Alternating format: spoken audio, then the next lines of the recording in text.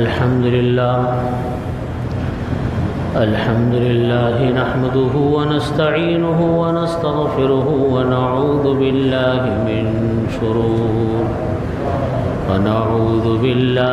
من شرور أنفسنا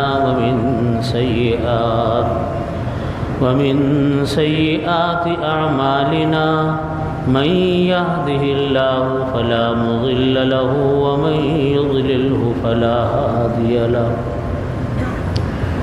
وأشهد أن لا إله إلا الله وحده لا شريك له وأشهد أن سيدنا وسندنا ومولانا محمدا عبده ورسوله. وقال رسول الله صلى الله عليه وسلم: آية المنافق ثلاث: إذا حدث كذب وإذا وعد أخلف وإذا اؤتمن خان، أو كما قال صلى الله عليه وسلم. بزرگان محترم، برادران عزیز، نبی کریم صلی اللہ علیہ وسلم کی یہ حدیث میں نے آپ کے سامنے تلاوت کی ہے، جس میں آپ صلی اللہ علیہ وسلم نے ارشاد فرمایا کہ آیت المنافق ثلاث، کہ منافق کی 3 نشانیاں ہیں. اذا حدث کذب، جب بات کرے تو جھوٹ بولے. وَإِذَا وَعَدَ أَخْلَفَ، جب وعدہ کرے تو وعدہ خلافی کرے. اور جب اس کے پاس امانت رکھوائی جائے تو وہ امانت میں خیانت کرے. اور ایک اور روایت میں آتا ہے جس میں ایک لفظ، ایک جملے کا اور اضافہ ہے، اس میں یوں فرمایا کہ وَإِذَا خَاصَمَ فَجَرَ، کہ جب لڑائی ہو آپس میں تو گالم گلوچ پہ اتر آئے، گالم گلوچ پہ اتر آئے. یہ 3 نشانیاں نبی کریم صلی اللہ علیہ وسلم نے منافقین کی بیان فرمائی. منافق 2 قسم کے ہوتے تھے. ایک منافق تو وہ ہوتے تھے جو نبی کریم صلی اللہ علیہ وسلم کی حیات طیبہ میں، مدینہ طیبہ میں تھے اور ختم ہو گئے بعد میں. یہ وہ لوگ ہوتے تھے جو ایمان دل سے انہوں نے قبول نہیں کیا ہوا ہوتا تھا، لیکن اپنے آپ کو مومن ظاہر کرتے تھے. نبی کریم صلی اللہ علیہ وسلم نے ایسے منافقین کی فہرست حضرت حذیفہ ابن یمان رضی اللہ عنہ کو دے رکھی تھی کہ مدینہ طیبہ میں یہ منافق ہیں، یہ منافق ہیں. حضرت عمر فاروق رضی اللہ عنہ جیسے جلیل القدر صحابی، جو خود کانوں سے یہ سن چکے تھے کہ اگر میرے بعد کوئی نبی ہوتے تو عمر ہوتے. حضرت عمر کو تو نبی کریم صلی اللہ علیہ وسلم نے مانگا تھا اللہ سے. 1,24,000 صحابہ کرام رضوان اللہ تعالی علیہم اجمعین، ان میں سے کسی کو مانگا تو کس کو مانگا؟ عمر. فرمایا کہ اللہ مجھ کو عمر کے ذریعے سے اسلام کو مضبوط فرما. معراج پہ تشریف لے گئے تو محل دیکھا بڑا شاندار عظیم الشان. پوچھا کہ کس کا ہے؟ فرمایا کہ عمر کا ہے. عمر فی الجنہ، عمر تم جنتی ہو، عمر جنتی ہے. اپنے کانوں سے سنا حضرت عمر فاروق رضی اللہ عنہ نے. اس کے باوجود حضرت عمر رضی اللہ عنہ کا معمول یہ تھا کہ جب فہرست گئی حضرت حذیفہ کے پاس منافقین کی تو حضرت حذیفہ کو قسمیں دے کر پوچھتے تھے کہ حذیفہ میں اللہ کی قسم دے کر تم سے کہتا ہوں اور پوچھتا ہوں کہ بتاؤ اس منافقین میں میرا نام تو نہیں ہے۔ اندازہ کیجئے یہ آفتاب و ماہتاب، ان کو اپنی کتنی فکر تھی اپنے انجام کی، اپنے حالت کی۔ حضرت عمر فاروق رضی اللہ عنہ کو جب شہید کیا گیا، ابو لؤلؤ مجوسی نے جب مارا، شہید کیا، تو 7 وار کیے تھے حضرت عمر کے پیٹ پر خنجر سے۔ تو پتہ اندازہ ہو گیا حضرت عمر رضی اللہ عنہ کو کہ میں شہید ہونے والا ہوں، وقت قریب ہے۔ تو آنکھوں سے آنسو جاری تھے۔ غالباً حضرت علی رضی اللہ عنہ نے پوچھا حضرت عمر سے کہ کیا موت سے ڈر گئے ہیں؟ فرمایا کہ موت سے نہیں ڈرا، موت کے بعد آنے والے مرحلے سے ڈر رہا ہوں، موت کے بعد آنے والے مرحلے سے ڈر رہا ہوں، جس کو میں اور آپ ہم سب بھولے بیٹھے، ہم سب بھولے بیٹھے۔ تو حضرت حذیفہ کو قسمیں دے کر پوچھتے تھے حضرت عمر رضی اللہ عنہ کہ بتاؤ میرا نام ان منافقین کی فہرست میں تو نہیں ہے۔ تو میں بات عرض کر رہا تھا کہ منافق جو اصلی تھے وہ مدینہ طیبہ میں تھے، ظاہر مسلمان کرتے تھے، اندر سے وہ غیر مسلم ہوتے تھے۔ ان کی لسٹ تو دے رکھی تھی نبی کریم صلی اللہ علیہ وسلم نے حضرت حذیفہ کو۔ کوئی جنازہ آتا نبی کریم صلی اللہ علیہ وسلم کے وصال کے بعد تو سب صحابہ کرام دیکھتے کہ حضرت حذیفہ جنازے میں ہیں کہ نہیں۔ حضرت حذیفہ جنازے میں ہوتے تو صحابہ کرام بھی آ جاتے کہ مسلمان کا جنازہ آیا۔ دیکھتے کہ حضرت حذیفہ نہیں ہے، سب پیچھے ہو جاتے کہ کسی منافق کا جنازہ آیا ہوگا۔ یہ وہ منافق تھے، نفاق اصلی جس کو کہا گیا۔ آج ہمارے ماحول میں ایسے لوگ نہیں ہیں جو ظاہر کریں مسلمان اندر سے کافر ہو۔ یہاں ترجمہ یوں کرتے ہیں حضرات محدثین کہ آیت المنافق، منافق کا مطلب ہے کہ اس کا یہ عمل منافقوں جیسا ہے۔ یہ 3 کام کرنے والا انسان، اس کا عمل منافقوں جیسا ہے۔ جیسے وہ منافق ہوتے تھے ایسا یہ انسان بھی منافق ہے کہ نام تو اپنا مسلمان رکھ لیا لیکن حرکتیں اور اپنا انداز وہ غیر مسلموں جیسا ہے۔ وہ 3 چیزیں کون سی ہیں؟ وہ 3 چیزیں وہ ہیں جو آج ہمارے پورے معاشرے میں پھیلی پڑی ہیں، بازاروں میں پھیلی پڑی ہیں، گھروں میں پھیلی پڑی ہیں، زبانوں پر آج ہماری عادت بن گئی ہے۔ اور اس سے بھی زیادہ افسوس کی بات یہ ہے کہ ان چیزوں کو ہم گناہ نہیں سمجھتے، عادت بن گئی۔ بلکہ میں تو یہ سمجھتا ہوں کہ شاید جو ہمارے یہ چھوٹے چھوٹے بچے ہوتے ہیں نا، یہ جس ماحول کو دیکھ رہے ہیں بڑے ہو کر تو یہ کتنے بڑا جھوٹے بنیں گے اور کتنا زیادہ جھوٹ بولیں گے، اس کا تو اندازہ ہی لگانا مشکل ہے۔ اس لیے کہ آپ صلی اللہ علیہ وسلم نے منع فرمایا کہ منافق کی 3 نشانیاں ہیں۔ پہلی نشانی یہ ہے کہ جب اذا حدث کذب، جب بات کرے تو جھوٹ بولے۔ جھوٹ کہنے کو 4 لفظ ہیں،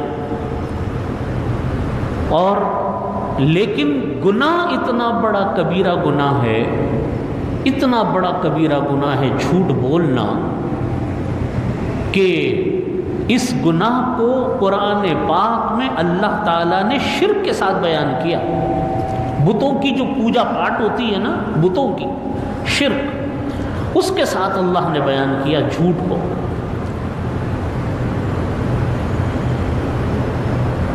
قرآن کریم میں اللہ تعالیٰ فرماتے فَاجْتَنِبُوا الرِّجْسَ مِنَ الْأَوْثَانِ وَاجْتَنِبُوا قَوْلَ الزُّورِ فَاجْتَنِبُوا الرِّجْسَ مِنَ الْأَوْثَانِ، تم لوگ بتوں کی پلیدگیوں سے بچو، یعنی ان کی عبادتوں سے بچو، ان کی پوجا پاٹ سے بچو، بتوں کی یہ شرک ہے۔ وَاجْتَنِبُوا قَوْلَ الزُّورِ، اور جھوٹی بات سے بچو، جھوٹی گواہیوں سے بچو۔ حضرات مفسرین فرماتے ہیں کہ ایک طرف شرک کی بات ہو رہی ہے، بتوں کی عبادت کی بات ہو رہی ہے، اس سے منع کیا جا رہا ہے، اور دوسری طرف جھوٹی گواہیوں سے منع کیا جا رہا ہے۔ لعنت اللہ علی الکاذبین، قرآن کریم میں اللہ تعالیٰ فرماتے ہیں جھوٹوں پر اللہ کی لعنت ہو، جھوٹوں پر اللہ کی لعنت ہو، لعنت اللہ علی الکاذبین۔ آپ بتائیے آج کتنا ہمارے معاشرے میں جھوٹ پھیلا پڑا ہے، بات بات پہ جھوٹ ہے، بازار کے بازار آپ کے برابر میں بازار ہے، بھرے پڑے ہیں جھوٹ سے، دھوکے سے، غلط بیانیوں سے، کوئی انتہا نہیں ہے۔ حدیث شریف میں نبی کریم صلی اللہ علیہ وسلم فرماتے ہیں ان الصدق ینجی والکذب یہلک، کہ بے شک سچائی انسان کو نجات دیتی ہے، والکذب یہلک، اور جھوٹ انسان کو تباہ کر ڈالتا، ہلاک کر ڈالتا، والکذب یہلک۔ آج چاروں طرف جھوٹ ہی جھوٹ ہے، ہر طرف جھوٹ، بازاروں میں جاؤ تو جھوٹ، دکانوں پہ جاؤ تو جھوٹ، دفاتر میں جاؤ تو جھوٹ، گھروں میں آؤ تو جھوٹ، جھوٹ جھوٹ دھوکہ جھوٹ، بازار کے بازار بھرے پڑے ہیں، گھروں کے گھر بھرے پڑے ہیں، دفاتر کے دفاتر بھرے پڑے ہیں، جھوٹ ہے کہ لامتناہی سلسلہ، اس کو گناہ بھی نہیں سمجھتے۔ یہ اتنا بڑا کبیرہ گناہ، حدیث شریف میں نبی کریم صلی اللہ علیہ وسلم سے مروی ہے کہ آپ صلی اللہ علیہ وسلم نے فرمایا کہ جب کوئی انسان جھوٹ بولتا ہے تو جو رحمت کے فرشتے انسان کے اوپر اللہ کی طرف سے مامور ہوتے ہیں وہ اس سے 1 میل دور بھاگ جاتے ہیں، اس کی بدبو کی وجہ سے، جھوٹ کی وجہ سے۔ اتنا بڑا کبیرہ گناہ ہے یہ جھوٹ، اس سے کیسے بچے انسان؟ یاد رکھیے جب انسان جھوٹ بولتا ہے تو اس جھوٹ کی وجہ سے جو نحوست انسان کے اوپر آتی ہے، جھوٹ بول کر کمایا ہوا روپیہ وہ حرام ہوتا ہے، جھوٹ بول کر دھوکہ دے کے روپیہ کمایا۔ ہمارے ہاں کا عام کلچر ہے کہ ہم کہتے ہیں کہ صاحب یہ 1 نمبر کوالٹی کا مال ہے، لیکن ہوتا 2 نمبر کوالٹی کا مال ہے۔ ہمارے ہاں کا عام رواج ہے جھوٹے سرٹیفکیٹ جمع کرواتے ہیں اپنے دفاتر میں، بچوں کے اسکولوں میں چھٹیاں لینے کے لیے۔ چھٹیاں کیوں لے رہے ہیں؟ عمرہ کرنے جائیں گے صاحب، جھوٹ بول کر عمرہ کرنے روانہ ہو گئے۔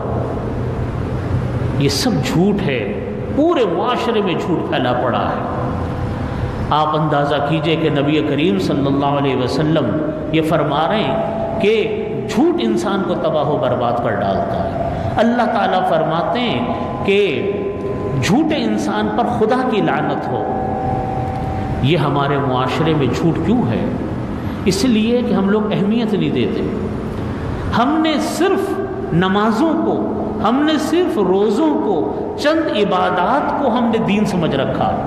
ہم کہتے دیندار ہے، اس کا مطلب کیا ہوتا ہے؟ نمازیں پڑھتا، اس کا مطلب ہے روزے رکھتا، اور بس۔ بازار میں وہ کیسا ہے، گھر پہ وہ کیسا ہے، دفاتر میں وہ کیسا ہے، انسانوں کے ساتھ وہ کیسا ہے، اس کا کوئی شمار کتار نہیں۔ دین کا شعبہ صرف عبادات نہیں ہے۔ ہم یہ سمجھتے ہیں کہ دین صرف عبادات کے مجموعے کا نام ہے۔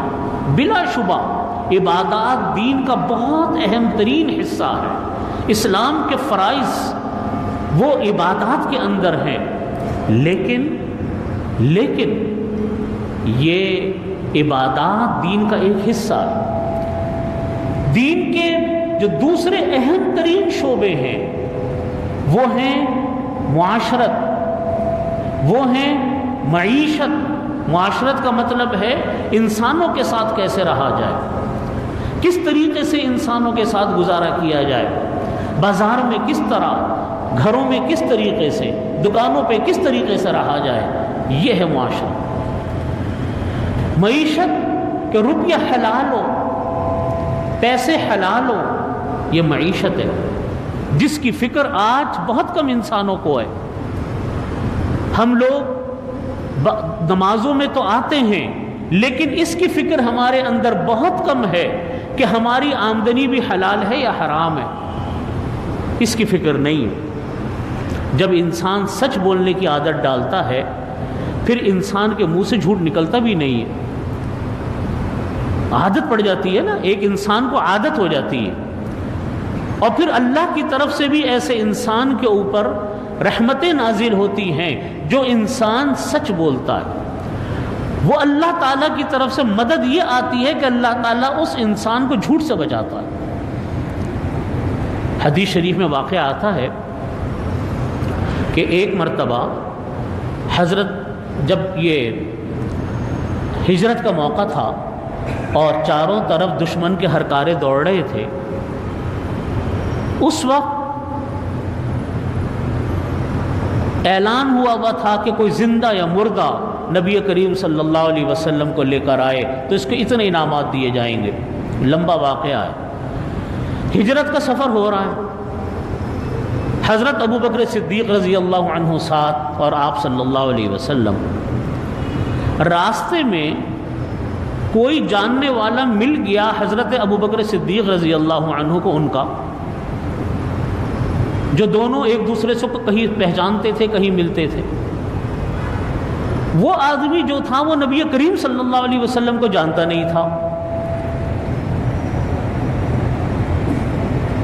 اب سلام دعا ہوئی، حضرت ابو بکر صدیق رضی اللہ عنہ اندر سے پریشان کہ اس نے اگر یہ پوچھ لیا کہ یہ کون ہے تو میں کیا جواب دوں گا، اور وہی ہوا کہ اس نے پوچھ لیا کہ یہ آپ کے ساتھ کون آدمی ہے۔ اب حضرت ابو بکر صدیق تو پہلے ہی پریشان تھے، کیا جواب دوں گا، اب سوال بھی کر لیا اس نے۔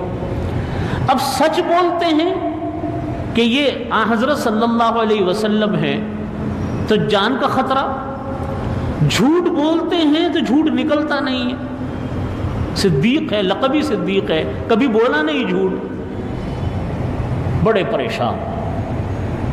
ان کے منہ سے اچانک ابو بکر صدیق رضی اللہ عنہ کے منہ سے اچانک یہ جملہ نکلا، ھذا الرجل یہدینی السبیل، یہ انسان وہ ہے جو ہم کو راستہ بتلاتا۔ وہ یہ سمجھے کہ کوئی گائیڈ ہے، کوئی رہبر ہے، اور حضرت ابو بکر صدیق رضی اللہ عنہ کا مقصد یہ تھا کہ یہ ہمیں آخرت کا راستہ بتلانے والا ہے۔ بھائی یہی بات آپ کو حدیث شریف کے 3 حصے ہیں، ان میں سے پہلا حصہ یہ ہے کہ منافق کی نشانی یہ کہ جب جھوٹ بولے، جب بات کرے تو جھوٹ بولے۔ اس جھوٹ کو ختم کرنا ہے اپنے معاشرے سے۔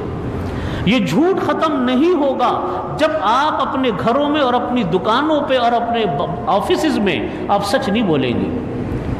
ہم یہ چاہتے ہیں کہ ہمارے بچے نیک ہوں۔ بچے نیک تبھی ہوں گے جب ماں باپ نیک ہوں گے۔ بچے اس وقت نیک ہوں گے جب ماں سچ بولے گی۔ بچے اس وقت نیک ہوں گے جب باپ سچ بولے گا۔ جب گھر کے بڑے سچ بولیں گے بچے بھی سچے ہوں گے۔ بچہ آج یہ دیکھتا ہے کہ میرا باپ جھوٹ بولتا ہے صبح سے شام تک، میری ماں جھوٹ بولتی ہے میرے سے صبح سے شام تک، میرے بڑے بہن بھائی گھر کے بڑے جھوٹ بولتے ہیں صبح سے شام تک، تو بچہ اسے یہ توقع کرے کہ وہ سچ بولے گا۔ ایسا نہیں ہوتا۔ آپ دوسروں سے جھوٹ بولتے رہیں اور آپ یہ تمنا کریں کہ دوسرا میرے سے سچ بولے گا، ایسا نہیں ہوتا۔ یہ تو آپ کو ہم سب کو اپنے اپنے اندر تبدیلی لانی پڑے گی۔ یہ تو اپنے اندر تبدیلی لانی ہوگی۔ ہمارے ہاں یہ ایک عام مس کانسیپٹ ہے، ایک غلط بات پھیلی ہوئی ہے کہ جی مذاق میں سب چلتا ہے۔ مذاق میں سب چلنے کا کیا مطلب ہے کہ کیا مذاق میں جھوٹ بولو؟ بچے کے ساتھ کیا جھوٹ بولا جائے؟ چھوٹا بچہ ہے، گود کا بچہ ہے، ناسمجھ بچہ ہے، ماں اس سے جھوٹ بول کر کبھی کہیں چلی جاتی ہے، کبھی کہیں چلی جاتی ہے۔ آپ کیا سمجھتے ہیں بچہ اگرچہ گود کا ہے، چھوٹا ہے، کیا اس کے لاشعور میں بات نہیں بیٹھ رہی؟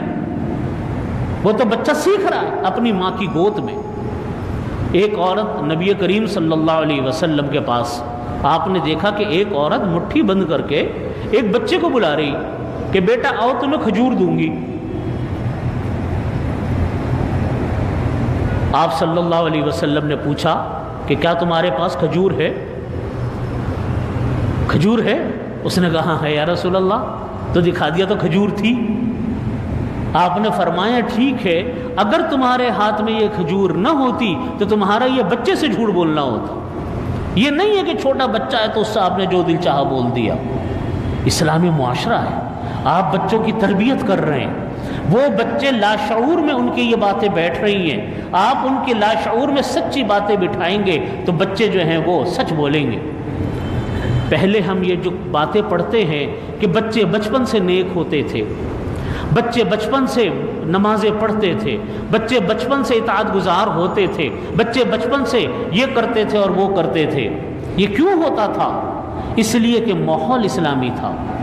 ان گھروں میں جھوٹ نہیں بولا جاتا تھا۔ ان گھروں کی مائیں اپنے بچوں کو جب اپنا دودھ پلاتی تھی، وضو کر کے دودھ پلاتی تھی اپنے بچوں کو، اللہ کا ذکر کرتے ہوئے اپنے بچوں کو دودھ پلاتی تھی۔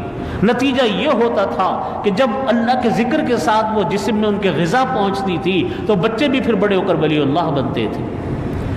آج ہمارے ہاں مائیں دودھ پلاتی ہیں، پاکی ناپاکی کا تو پتہ نہیں ہوتا، گھر میں انڈین فلمیں چل رہی ہیں، گانے چل رہے ہیں، ناچ چل رہا ہے، ڈانس دیکھے جا رہے ہیں اور بچوں کو فیڈ کروایا جا رہا ہے۔ تو کیا اثرات آئیں گے بچے کے اوپر؟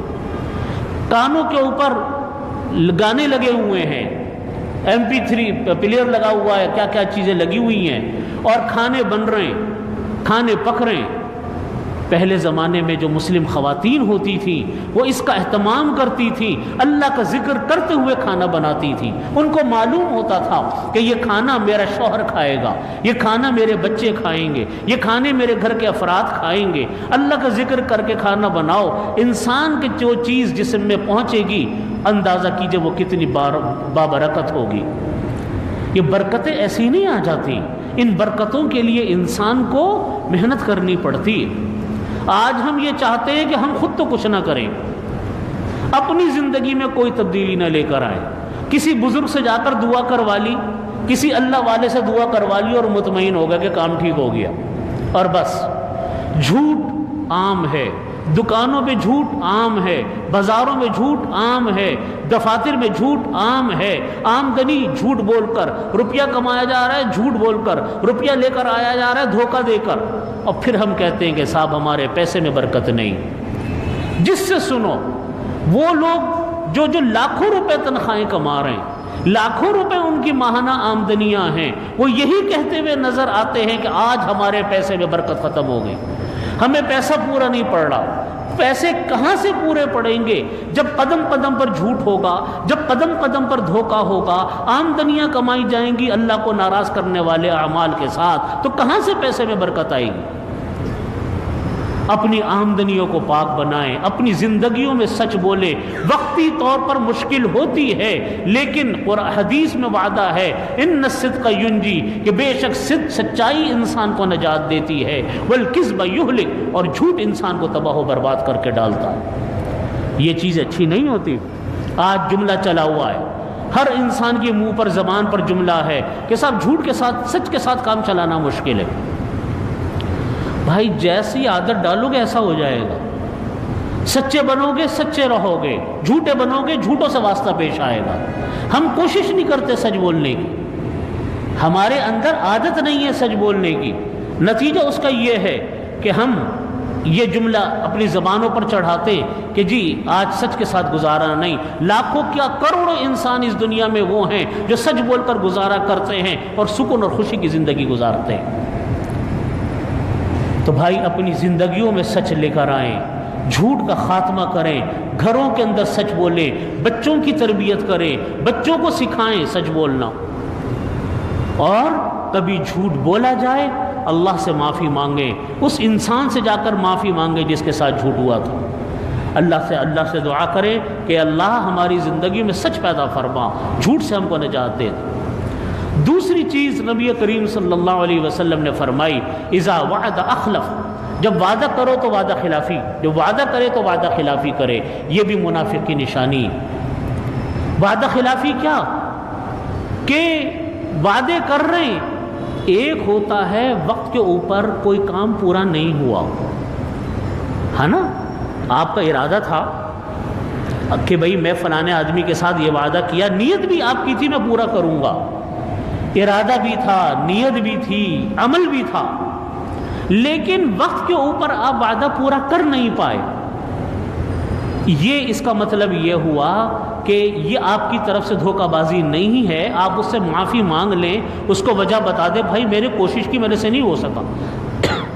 ایک ہوتا ہے کہ شروع سے ہی نیت نہیں ہے وعدہ پورا کرنے کی، یہ قرضہ دے دیجئے صاحب میں آپ کو ایک مہینے بعد واپس کر دوں گا، ایک مہینے کے ادھار پر مال لے رہا ہوں اور نیت شروع سے ہی ہے کہ نہیں دوں گا قرضہ وقت کے اوپر، یہ وعدہ خلافی۔ آپ ایک اور مثال لے لیجئے اس کی، ہمارے ہاں شادی کے دعوت نامے چھپتے ہیں، اب عید کے بعد شادیوں کا ایک سلسلہ شروع ہوگا، ہر سال ہوتا ہے، ابھی بھی ہوگا انشاءاللہ، شادی تو مبارک چیز ہوتی ہے، لیکن دعوت ناموں پہ لکھا ہوگا وقت اجتماع 8 بجے۔ آپ مجھ کو بتائیے لکھنے والے کو یقین ہوتا ہے کہ وہ 8 بجے آئے گا؟ آپ مجھے بتائیے، کراچی کے لوگ ہیں سارے، اور آپ کا پورا علاقہ شادی ہالوں کی مارکیٹ ہے کراچی کی سب سے بڑی، آپ جانتے ہیں یہاں شادی ہالوں میں کیا ہوتا ہے، لکھنے والے کو پتا ہے کہ 8 بجے نہ میں آؤں گا، نہ میرے گھر والا کوئی آئے گا، نہ دلہا آئے گا، نہ دلہن آئے گی، لیکن لکھ رہا ہے 8 بجے 9 بجے، پہلے سے معلوم ہے کہ 11 بجے آؤں گا، لیکن لکھیں گے 8 بجے 9 بجے۔ یہ جھوٹ بھی ہے، دھوکہ بھی ہے، ابھی سے جھوٹ ہے، یہ کارڈ کے اوپر جھوٹ ہے، اور دھوکہ بھی ہے۔ دھوکہ یہ کہ اگر کوئی انسان آپ کے کارڈ کو دیکھ کر آ گیا وقت کے اوپر، آپ اندازہ کیجئے کتنی تکلیف میں وقت گزارے گا، وہ بیٹھ کر انتظار کرے گا، گھنٹوں اس کے برباد ہوں گے۔ آپ کو کیا ضرورت ہے یہ 8 بجے لکھنے کی؟ آپ جو حقیقت میں ٹائم ہے اپنے گھر والوں سے مشورہ کر کے 11 بجے آپ نے کھانا کرنا ہے، 11:30 بجے کھانا کرنا ہے، آپ وہ لکھ دو تاکہ انسانوں کو اذیت سے تو بچائیں۔ ہمارے برابر میں بازار ہیں، مارکیٹیں ہیں، دھوکہ وعدہ خلافی، دھوکہ وعدہ خلافی پورے معاشرے کے اندر بھرا پڑا ہے۔ تو بھائی یہ جھوٹ اور دھوکہ وعدہ خلافی یہ منافقوں جیسے اعمال ہیں جو آج ہمارے مسلمانوں کا ایک طرح امتیاز بن گیا۔ اس کو کون ختم کرے گا؟ یہ چیزیں بے برکتیاں پیدا کرنے والی ہیں۔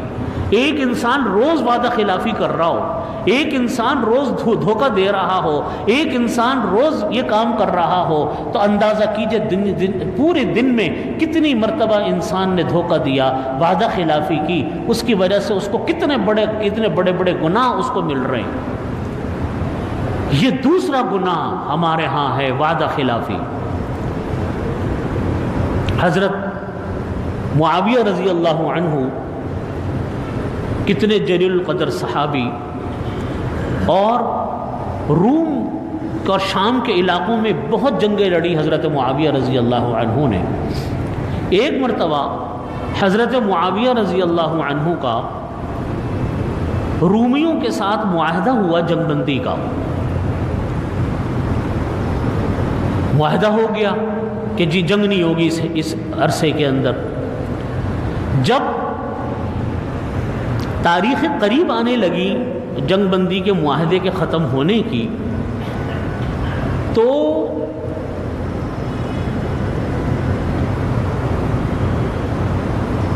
حضرت معاویہ رضی اللہ عنہ نے یہ کام کیا کہ اپنی فوجوں کو رومیوں کے بالکل بارڈر پہ لا کر کھڑا کر دیا، اور یہ کام جو کیا تھا فوجیوں کے نقل و حمل کا، یہ کیا تھا جنگ بندی کے معاہدے میں۔ اور ان کی ذہن میں یہ تھا، حضرت معاویہ رضی اللہ عنہ کے ذہن میں یہ تھا کہ جیسے ہی امن کی تاریخ ختم ہوگی میں فوراً حملہ کر دوں گا تو دشمن تیار نہیں ہوگا، وہ شکست کھا جائے گا۔ ایسے ہی کیا، جیسے ہی تاریخ گزری حضرت معاویہ اپنی فوجوں کو سرحد پہ لا چکے تھے، فوراً حملہ کر دیا۔ جیسے ہی حملہ کیا تو دشمن تیار تھا نہیں، وہ فتوحات کی فتوحات کرتے ہوئے چلے گئے۔ جب بہت بڑا علاقہ فتح کر لیا حضرت معاویہ رضی اللہ عنہ نے، تو پیچھے سے ایک سوار دوڑتا ہوا آ رہا تھا، وہ تھے حضرت عمرو بن عبسہ رضی اللہ عنہ، اور وہ آوازیں دے رہے تھے، قفو یا عباد اللہ، قفو یا عباد اللہ، اللہ کے بندو ٹھہرو، اللہ کے بندو ٹھہرو۔ حضرت معاویہ رضی اللہ عنہ نے پوچھا کہ شاید یہ امیر المومنین کا کوئی پیغام لائے، تو یہ رک گئے۔ انہوں نے آ کر کہا کہ حضرت معاویہ رضی اللہ عنہ سے کہ میں نے خود نبی کریم صلی اللہ علیہ وسلم سے یہ سنا ہے کہ جب کوئی انسان کسی کے ساتھ کوئی معاہدہ کر لے تو یہ معاہدے کی خلاف ورزی ہے کہ معاہدے کی مدت کے درمیان میں انسان اس طرح کا کوئی کام کرے۔ اس کا میں مفہوم عرض کر رہا ہوں۔ حضرت معاویہ نے فرمایا کہ میں نے معاہدے کے اندر حملہ نہیں کیا، میں نے تو تاریخ گزرنے کے بعد حملہ کیا۔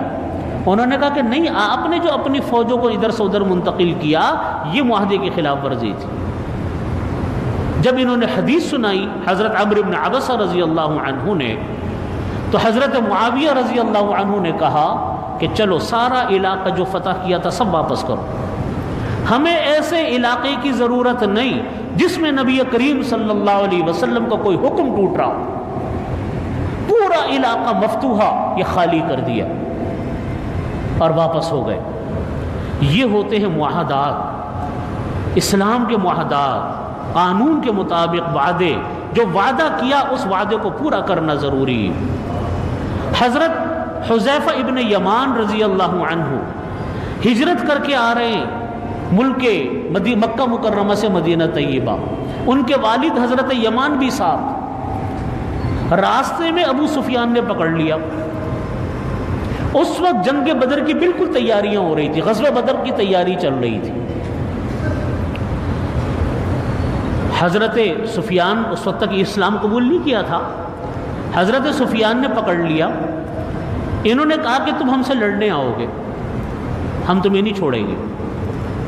حضرت حذیفہ نے جب دیکھا کہ میں اب پھنس گیا اور یہ مجھے مار دیں گے، انہوں نے کہا کہ میں آپ سے وعدہ کرتا ہوں میں آپ سے لڑنے نہیں آؤں گا۔ یہ جو جنگ کا وقت تھا، غزوہ بدر کا وقت تھا، اس نے کہا کہ نہیں تم لڑنے آؤ گے، ہم چھوڑیں گے نہیں۔ انہوں نے کہا میں آپ سے وعدہ کرتا ہوں میں لڑنے نہیں آؤں گا۔ انہوں نے ان کے وعدے پہ اعتبار کر کے ان کو چھوڑ دیا۔ یہ مدینہ طیبہ ہے، غزوہ بدر تیار، اتنا عظیم معرکہ، اسلام اور کفر کی پہلا غزوہ ہو رہا ہے۔ مکہ مکرمہ میں تو اجازت نہیں تھی قتال کی، مدینہ طیبہ آتے ہی غزوہ تیار، اور اتنا بابرکت غزوہ کہ قرآن پاک کا پورا رکو نازل ہو رہا ہے۔ اسماء بدریین کے نام لے کر علماء نے لکھا ہے کہ دعا مانگی جائے اللہ دعا قبول فرماتے، ان 313 اسماء بدریین کا نام لے کر۔ وہ مارکا سر پہ سوار تیار۔ نبی کریم صلی اللہ علیہ وسلم کو سارے حالات انہوں نے بتائے تھے۔ آپ صلی اللہ علیہ وسلم نے فرمایا کہ حذیفہ آپ جو جنگ میں ہمارے ساتھ نہیں جاؤ گے۔ ادھر صورتحال یہ تھی کہ افراد انتہائی کم تھے نبی کریم صلی اللہ علیہ وسلم کے ساتھ، افرادی قوت نہ ہونے کے برابر تھی، 313 تو تھے۔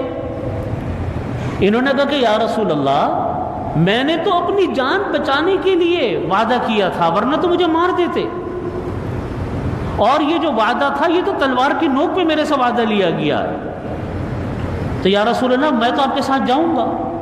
آپ صلی اللہ علیہ وسلم نے فرمایا حذیفہ تم زبان دے کر آئے ہو، وعدہ کر کے آئے ہو، وعدے کی خلاف ورزی نہیں ہونے دی جائے گی۔ نبی کریم صلی اللہ علیہ وسلم اس غزوہ بدر میں حضرت حذیفہ کو ساتھ نہیں لے کر گئے۔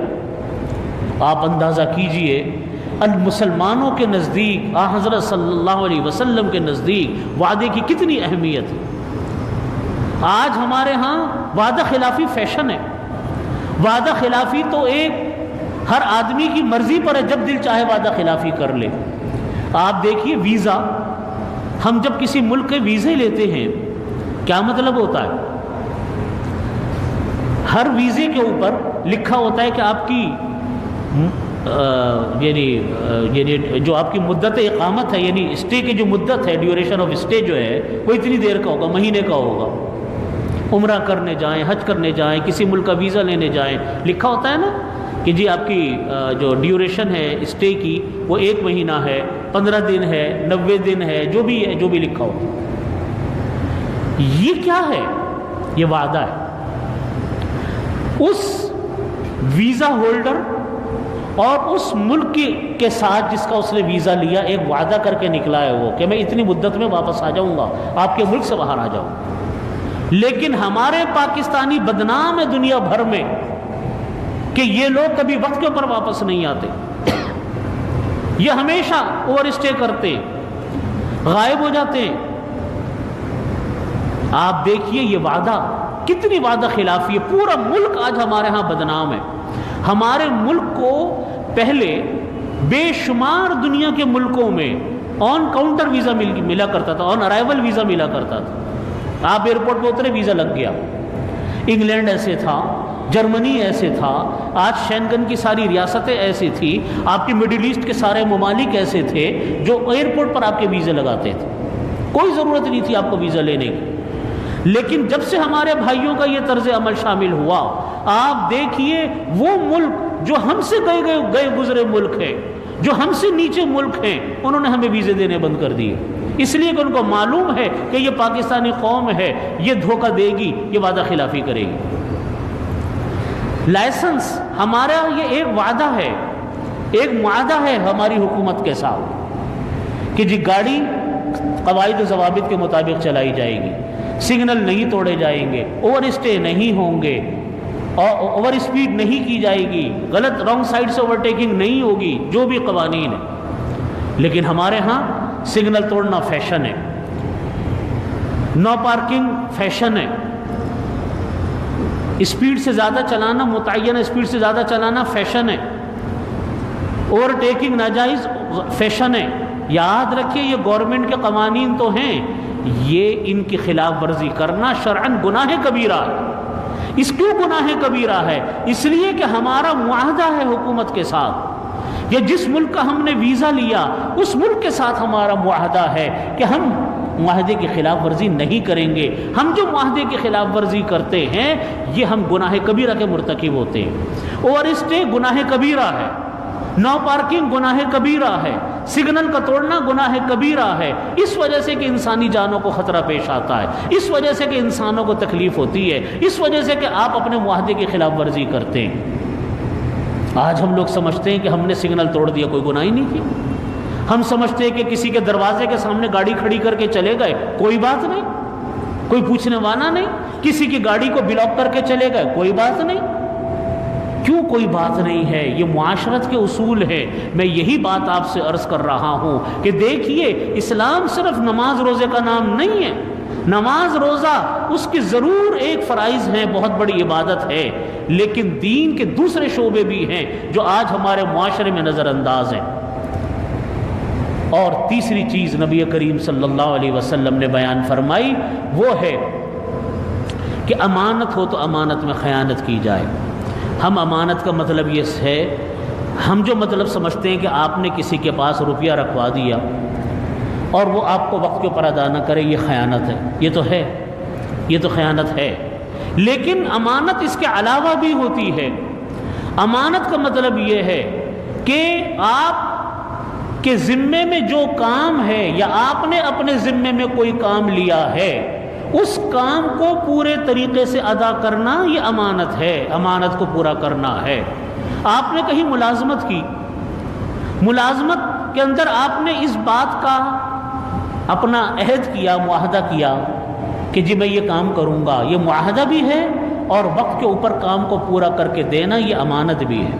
اب وہ ذمہ داری آپ کی امانت ہے، بچے آپ کے ہاتھوں میں امانت ہے، ان کی صحیح تعلیم و تربیت کرنا یہ امانت ہے، نہیں کریں گے یہ خیانت ہے۔ ان العہد کان مسئولا، جو تم سے معاہدہ ہو اس کا سوال کیا جائے گا آخرت میں۔ تو یہ جب ہمارے پاس کوئی امانت ہوتی ہے، ہم جب کسی چیز کی ذمہ داری لیتے ہیں، اللہ نے یہ آنکھ ہمارے پاس امانت رکھوائی، آنکھ ناک امانت ہے، یہ ہاتھ امانت ہیں، یہ ٹانگیں امانت ہیں۔ کیا ہے کہ اللہ نے جس چیز کے لیے دی تھی اس کو وہ کام کرنا ہے، جس چیز سے منع کیا تھا وہ نہیں کرنا۔ یہ ہاتھ حلال کاموں میں استعمال ہو، کسی کی بے عزتی کرنے میں استعمال نہ ہو، کسی کے مال لوٹنے میں استعمال نہ ہو، کسی کی عزت دری کرنے میں استعمال نہ ہو۔ یہ زبان اللہ کے حکم کے مطابق چلے، اس کے حکم کے خلاف نہ چلے، یہ امانت کو پورا کرنا۔ ہر چیز کو اپنے طریقے پر رکھنا، ہر چیز کو اس کے جائز طریقے سے عمل کرنا، یہ امانت کو پورا کرنا۔ اور آخری چیز بیان فرمائی کہ جھگڑا ہو تو گالم گلوچ کرے، گالم گلوچ کرنا یہ انتہائی گناہ، گندی زبان استعمال کرنا انتہائی گناہ، یہ بد اخلاقی ہے۔ آج اسلام میں اہم ترین چیز وہ کیا چیز ہے؟ اخلاقیات ہے۔ اگر کوئی پوچھے اسلام کی سب سے اہم چیز کیا ہے، ہم کہیں گے کہ اخلاقیات۔ آپ اپنے اخلاق کو عمدہ بنائیں، آپ اپنے اخلاق کو پاکیزہ بنائیں، گفتگو ہو تو پاکیزہ ہو، بازبان ہو تو پاکیزہ ہو۔ آج ہمارے ہاں ذرا سی بات ہوتی ہے بس گالم گلوچ شروع، جھگڑے شروع، گندی زبان شروع، چیخنا چلانا شروع۔ یہ چیخنا چلانا نہ گھر میں ٹھیک ہے، نہ بچوں کے ساتھ ٹھیک ہے، نہ بازاروں میں ٹھیک ہے۔ اپنے اخلاق کو پاکیزہ بنائے۔ حضرت مفتی زین العابدین رحمۃ اللہ علیہ تبلیغی جماعت کے بڑے مشہور بزرگ، ان کا ملفوظ میں نے بہت کثرت کے ساتھ ہی اپنے بزرگوں سے سنا۔ حضرت مفتی صاحب رحمۃ اللہ علیہ فرمایا کرتے تھے کہ عالم کفر اسلام میں داخل ہونے کے لیے تیار ہے، لوگ کفر سے بیزار ہو چکے، وہ ذرا سی محنت کرو وہ اسلام میں داخل ہونے کے لیے تیار ہے۔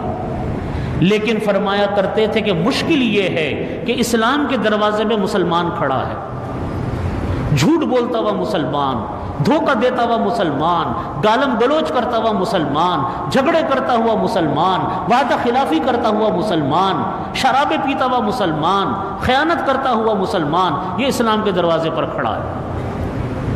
اس مسلمان کو جب دنیا دیکھتی ہے وہ اسلام سے پیچھے ہٹ جاتی ہے، وہ کہتی ہے کہ اس جیسا انسان ہم نے نہیں بننا، یہ نہیں ہمیں بننا، اسلام قبول کر لیں گے لیکن ایسا مسلمان ہم نے نہیں بننا۔